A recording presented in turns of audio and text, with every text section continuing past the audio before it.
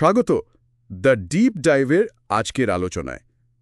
এই আলোচনাটা খাস করে পশ্চিমবঙ্গের ইলেকট্রিক্যাল ইঞ্জিনিয়ারিং ডিপ্লোমা তৃতীয় সেমিস্টারের ছাত্রছাত্রীদের জন্য।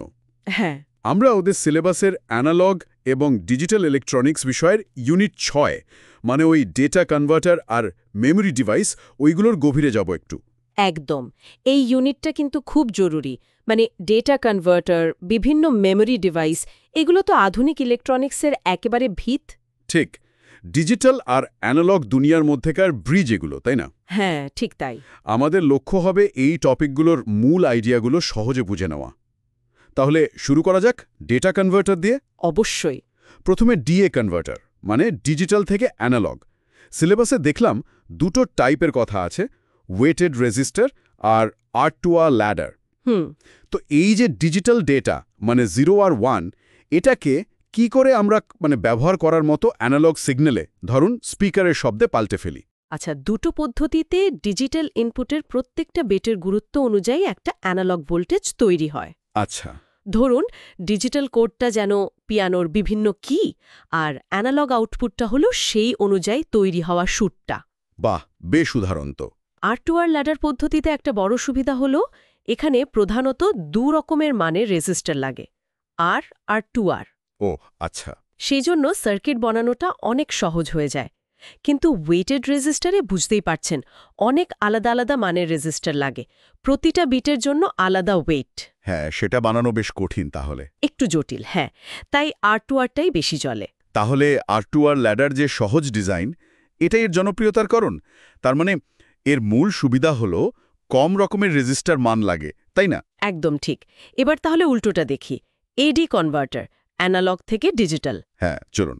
এখানে আছে সাকসেসিভ অ্যাপ্রক্সিমেশন আর ডুয়াল স্লোপ মেথড। বাস্তব জগতের অ্যানালগ সিগন্যাল, ধরুন মাইক্রোফোনের আওয়াজ, সেটাকে ডিজিটাল সিস্টেমে বোঝার মতো ডেটায় কিভাবে বদলা হয়।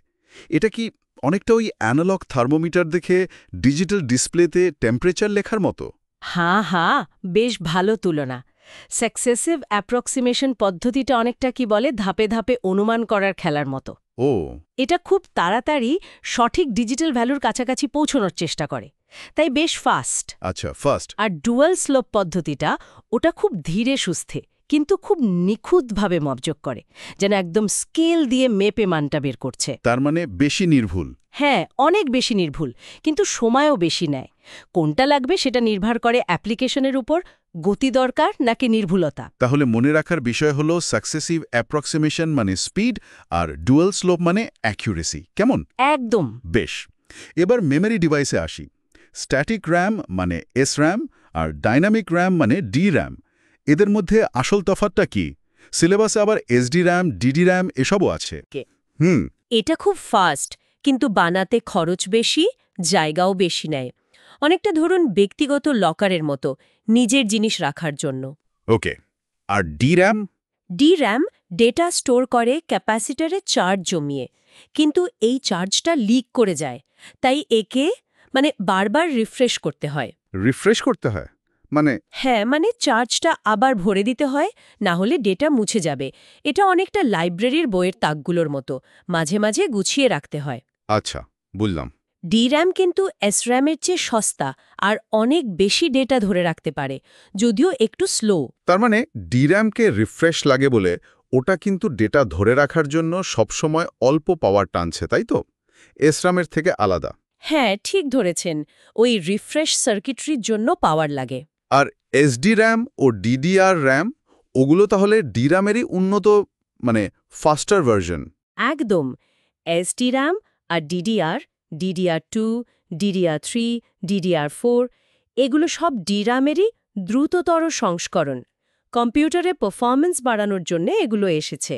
অর্থাৎ SRAM ফাস্ট কিন্তু কস্টলি, DRAM স্লোয়ার কিন্তু হাই ক্যাপাসিটি আর সস্তা, তবে রিফ্রেশ দরকার, ঠিক তো? ঠিক।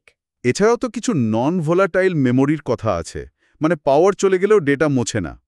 প্রম, ইপ্রম আর ইইপ্রম, এদের পার্থক্য কি? হ্যাঁ, এগুলো পার্মানেন্ট স্টোরেজ। দেখুন, প্রম মানে প্রোগ্রামেবল রিড অনলি মেমোরি। এতে একবার ডেটা প্রোগ্রাম করে দিলে ব্যাস, ওটা পাল্টানো যায় না। একেবারে ফাইনাল, পাথরে লেখার মতো। ঠিক তাই, পাথরে খোদাই করার মতো। আর ইপ্রম হল ইরেজেবল প্রম। এতে ডেটা লেখা যায়, আবার অতিবেগুনি আলো বা ইউভি লাইট দিয়ে মুছে ফেলে নতুন ডেটা লেখা যায়। ওহ, মানে মোছা যায়, অনেকটা পেন্সিলে লেখার মতো ইরেজার দিয়ে মোছা যায়। হ্যাঁ, অনেকটা সেরকম। আর ইপ্রম হল ইলেকট্রিক্যালি ইরেজেবল প্রম। এটা ডেটা ইলেকট্রিক সিগন্যাল দিয়েই মোছা যায়, আবার লেখাও যায়। অনেক সহজ। তার মানে ইউভি লাইটের দরকার নেই। না, আজকের দিনের পেন ড্রাইভ বা এসএসডিতে এই ইপ্রম বা এর চেয়েও উন্নত ফ্ল্যাশ মেমোরি প্রযুক্তি ব্যবহার হয়। দারুণ। তাহলে এই পার্থক্যটা জরুরি। প্রম একবারই লেখা যায়, ইপ্রম ইউভি আলোয় মোছা যায়, আর ইপ্রম ইলেকট্রিক্যালি মোছা যায়, তাই তো? খুবই জরুরি পার্থক্য, এটা মনে রাখা দরকার। বেশ। সবশেষে আছে লজিক ফ্যামিলির তুলনা। ডিটিএল, টিটিএল আর ইসিএল গেটস। এগুলো কি ডিজিটাল সার্কিটের যে মূল গেটগুলো, অ্যান্ড অর নট, সেগুলো বানানোর আলাদা আলাদা টেকনোলজি? ঠিক তাই। বিভিন্ন প্রযুক্তি ব্যবহার করে এই লজিক গেটগুলো তৈরি হয়। ডিটিএল মানে ডায়োড ট্রানজিস্টর লজিক, এটা পুরনো। আচ্ছা। টিটিএল মানে ট্রানজিস্টর লজিক। এটা একটা সময় অসম্ভব জনপ্রিয় ছিল, কারণ এর স্পিড আর পাওয়ার খরচের মধ্যে একটা ভালো ব্যালেন্স ছিল। অনেক সাধারণ ডিজিটাল সিস্টেমে এটাই চলতো। আচ্ছা, টিটিএলটা তাহলে খুব কমন ছিল। আর ইসিএল? ইসিএল মানে অ্যামেটা কাপল লজিক। এটা হলো সুপারফাস্ট, মানে খুবই দ্রুত গতির। ওহ। কিন্তু এর সমস্যা হলো এটা প্রচুর পাওয়ার খায়। তাই খুব স্পেশাল কিছু হাই ফ্রিকোয়েন্সি কাজে, যেমন ধরুন কিছু কমিউনিকেশন সিস্টেমে এটা ব্যবহার করা হয়। তাহলে এদের মধ্যে বাছার সময় দেখতে হয় কোনটা কত ফাস্ট, কত পাওয়ার নেয়, আর নয়েজ কতটা সামলাতে পারে। একদম। গতি, পাওয়ার কনজাম্পশন, নয়েজ ইমিউনিটি, এগুলোর মধ্যে একটা ট্রেড অফ করেই ডিজাইন করতে হয়। বেশ। আজকের আলোচনায় আমরা ডেটা কনভার্টার, নানা রকম মেমোরি ডিভাইস আর লজিক ফ্যামিলির বেসিক ধারণাগুলো একটু ছুঁয়ে গেলাম সিলেবাস অনুযায়ী। হ্যাঁ, আর মনে রাখতে হবে এই বিষয়গুলো কিন্তু শুধু পরীক্ষার নম্বর পাওয়ার জন্য নয়। ভবিষ্যতে টেকনোলজিকে বুঝতে হলে এগুলো জানতেই হবে। ঠিক। অ্যানালগ আর ডিজিটাল জগতের মধ্যে এই যে সেতু বন্ধন, ডেটা স্টোর করার নানা কৌশল, দ্রুতগতির লজিক সার্কিট, এগুলো ছাড়া তো আজকের দিনের কিছুই চলবে না। আজকের স্মার্টফোন থেকে শুরু করে বড় বড় ডেটা সেন্টার, সবেতে এদের অবদান।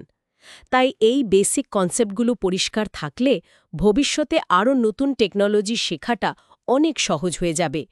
কৌতূহলটা বাঁচিয়ে রাখতে হবে, শিখতে থাকতে হবে। এই জ্ঞানটাই কিন্তু ভবিষ্যতের ইনোভেশনের রাস্তা খুলে দেবে। সত্যি। এই ডেটা কনভার্টার আর মেমোরি টেকনোলজি যেভাবে এগোচ্ছে, কে জানে ভবিষ্যতে আমাদের ডিভাইসগুলোর ক্ষমতা আর কোথায় গিয়ে পৌঁছবে। এটা ভাবার মতো বিষয়। একদম। আজকের মতো তাহলে এটুকুই। আশা করি এই আলোচনা ছাত্রছাত্রীদের পড়াশোনায় কিছুটা হলেও সাহায্য করবে।